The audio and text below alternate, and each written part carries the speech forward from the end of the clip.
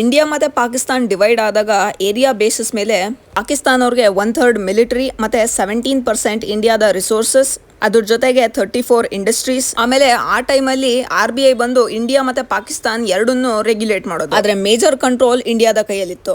British ಅವ್ರು ಬಿಟ್ಟು ಹೋದ್ಮೇಲೆ 400 ಕ್ರೋರ್ಸ್ ಇತ್ತು ನಮ್ಮ ಹತ್ರ ರಿಸರ್ವ್. ಅದರಲ್ಲಿ 75 ಕ್ರೋರ್ಸ್ನ ಪಾಕಿಸ್ತಾನ ಅವ್ರಿಗೆ ಕೊಡೋದು ಅಂತ ಡಿಸೈಡ್ ಆಗಿತ್ತು. 15th ಆಗಸ್ಟ್ 20 ಕ್ರೋರ್ಸ್ನ ಕೊಡ್ತೀವಿ ಪಾಕಿಸ್ತಾನ ಅವ್ರಿಗೆ. ಈ ಟೈಮಲ್ಲಿ ಪಾಕಿಸ್ತಾನ ಅವ್ರ ಕಡೆಯಿಂದ ಕಾಶ್ಮೀರ್ ಇಶ್ಯೂ ದೊಡ್ಡದಾಗ್ತಾ ಹೋಗುತ್ತೆ. ಅದಕ್ಕೆ ನೆಹರು ಮತ್ತೆ ಪಟೇಲ್ ಅವರು ಮಿಕ್ಕಿದ ಪೇಮೆಂಟ್ ಇದೆ ಅದನ್ನ ಸ್ಟಾಪ್ ಮಾಡೋದೇ ಒಳ್ಳೇದು ಅಂತ ಡಿಸೈಡ್ ಮಾಡ್ತಾರೆ. ಯಾಕಂದ್ರೆ ನಮ್ ದುಡ್ಡೇ ತಗೊಂಡು ನಮ್ಮ ಅಗೇನ್ಸ್ಟೇನೆ ವೆಪನ್ ಪರ್ಚೇಸ್ ಮಾಡೋ ಚಾನ್ಸಸ್ ಇದೆ ಅಂತ ಈ ಪೇಮೆಂಟ್ ನ ನಿಲ್ಲಿಸ್ಬಿಡ್ತಾರೆ.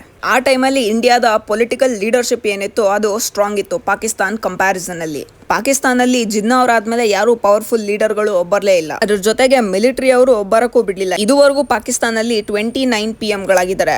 ಆದ್ರೆ ಇದಿಷ್ಟು ಜನದಲ್ಲಿ ಒಬ್ರು 5 ವರ್ಷ ಸರ್ವಿಸ್ ನ ಕಂಪ್ಲೀಟ್